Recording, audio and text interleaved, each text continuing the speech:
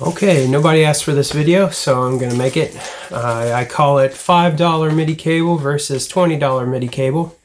The key here is we've got TRS to MIDI. So this is the Boss. What's the number of this one? The B MIDI 535. It works with all of their TRS equipped devices.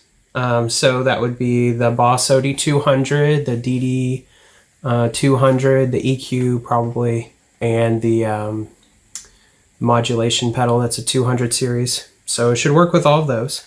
It is 5 feet long and looks pretty good so far. I've already talked about how I don't think companies really have a need for this sort of connector, a MIDI to a TRS. Especially for the Boss pedal, because there are a lot of empty spots on the back and sides of the unit. So I'm not sure why they didn't put a full-fledged MIDI connector on it. So here it is. It's got zip ties. I'm gonna snip those and plug it in a little bit later. So the $5 one is the Zero Coast MIDI cable. Came in this bag. It was $5. And as you can tell, the length is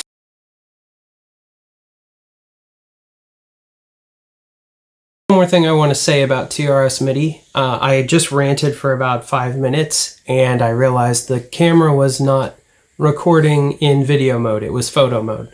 So really quickly, the RV500 by Boss, the reverb pedal, has full MIDI in and out. The digital delay and the modulation pedals of the 500 series also have the MIDI in and out full ports. They're $350. So for the 200 series pedals, they've got the space for the full port and they are still $250. So I don't think there's a $100 difference in between, you know, just putting an actual MIDI in and out port on the pedal. I could be wrong, but it's unlikely. I would also pay, you know, $25 more. I would pay $275 for a pedal that had full MIDI in and out. The other thing I wanted to mention about TRS MIDI in general is I don't see a lot of use case for it. So the only things that I normally see the TRS MIDI on are the Novation Launchpad Pro, the Volca series by Korg, the pocket operators. I'm sure there might be more, but it feels like we've just segmented the market so we can sell more accessories, which is very strange and odd to me. In the Volca series, I especially don't understand because I believe they give you a full MIDI input.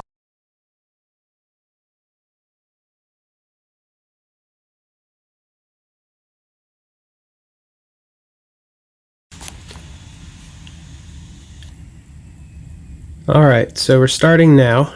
I'm not quite sure how I'm going to sync this up. I think I'm just going to like snap because something like that. I'm doing a screen capture here and oh wait, maybe I can look. Here's the time and that will allow me to sync it. I don't know what I'm doing. Okay, so I've got the Boss here and this is my Roland A49. And I've got these two knobs right here. And these are going to be my CC knobs that I'm going to simulate messages being sent to the pedal. And then I'm going to do it the other way around, sending CC messages from the Boss pedal to be recorded by the DAW. So over here I've got my two cables. The long Boss one is headed in, so it's coming out from the Roland Rubix 22. And then the small one is going out, and I'm using a male-to-male MIDI cable to go from out to in. So first I'm going to hit record on, the DAW is set up, you know, to accept input from the A-series keyboard, and I also have it set to MIDI devices. So I've got the Roland Rubix set up and also the A-series. So they're all set up to record control messages and notes and send them in and out and all that good stuff. So I'm going to hit record and then you're going to see me move the knobs over here and you'll see on the screen, every time I do that, there's a little yellow square that indicates MIDI data is being sent. I'll do mod wheel too. I'm not going to be able to use that data for the pedal, I don't think, but so those, and then we'll do my cool little optical wave, I don't know what they call it, the V sensor, that just did some channel pressure messages.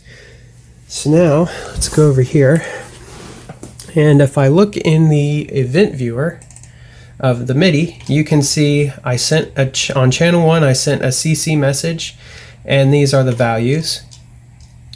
And then I sent my second CC message for timbre, so I sent 74 and 71.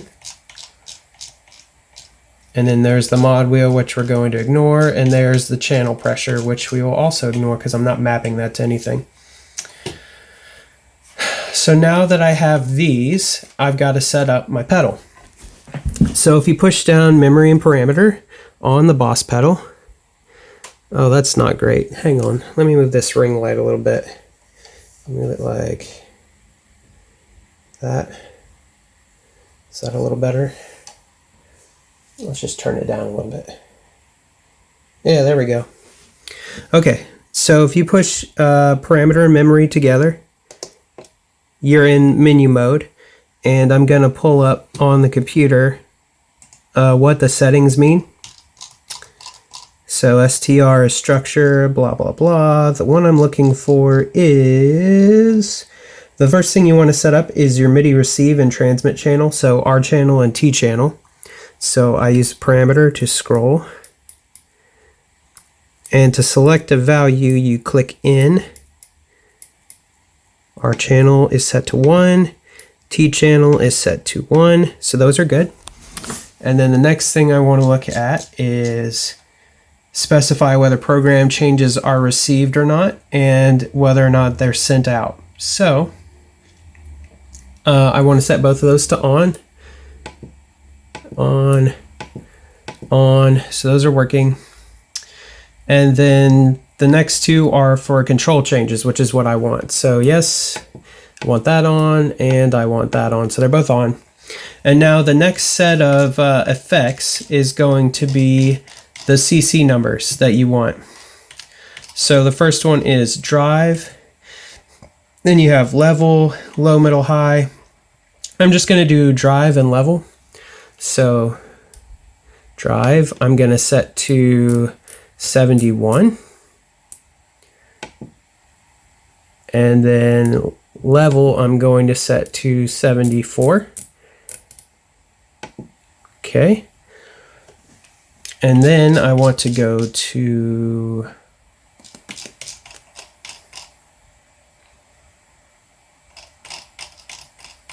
all right, that should do it.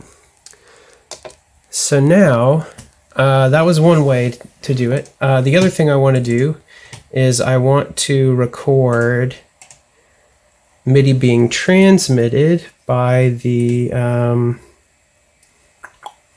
Rubik's. So what that should look like is when I move the drive and the level, it should transmit MIDI. Hey, there we go. So, oh, whoops, what did I do? I don't know what I did there. Okay, so you can see I'm transmitting MIDI. Let's record that back here. And then we're gonna watch my hand manipulate the parameters. Okay, it's like probably 0, that's probably 127, 0, 127, and everywhere in between. And then let's look at it in the event viewer.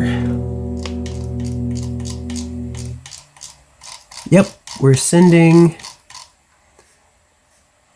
74 and 71.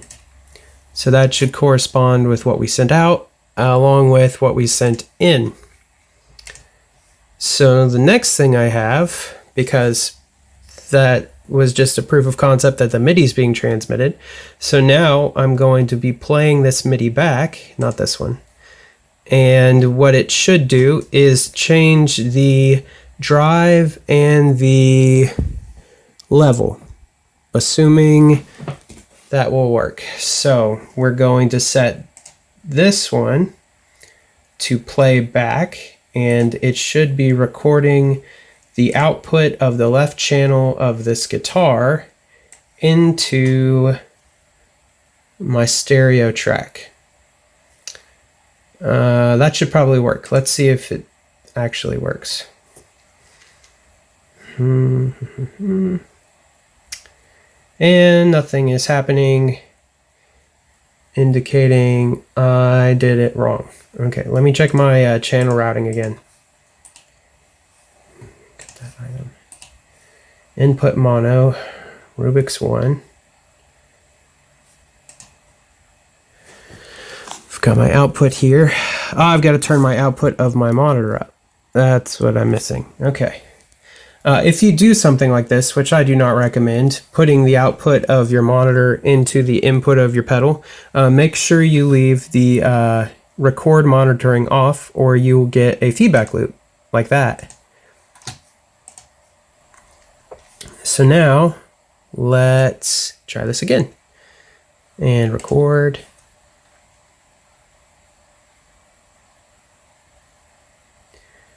Okay, it's playing it.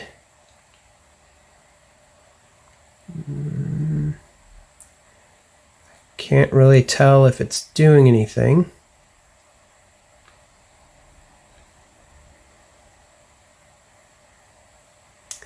Yeah, I don't really know if that did anything. So let's try that again.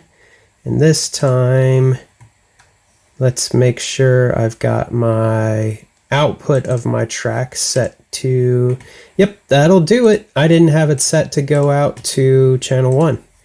All right, let's try that one more time. Okay, pedal, sending the data out, recording.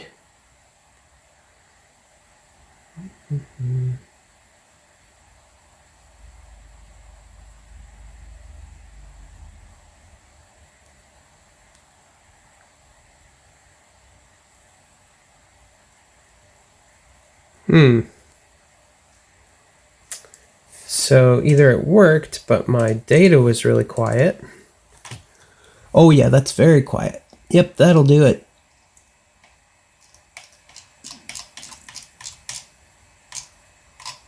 All right, so let's re-record this data real quick. I'm gonna set it to 0 to 127, and then that should tell us when I record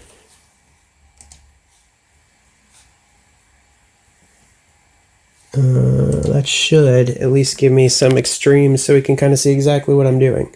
So here's my hand, here's the knob, 0 to 127, 0 to 127, 127 to 0, 127 to 0.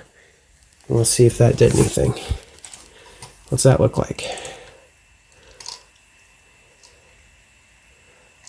All right, so we got some 127s in here. So now if I record the audio, it should start out quiet, go to 127, and then go back to 0. Let's try that.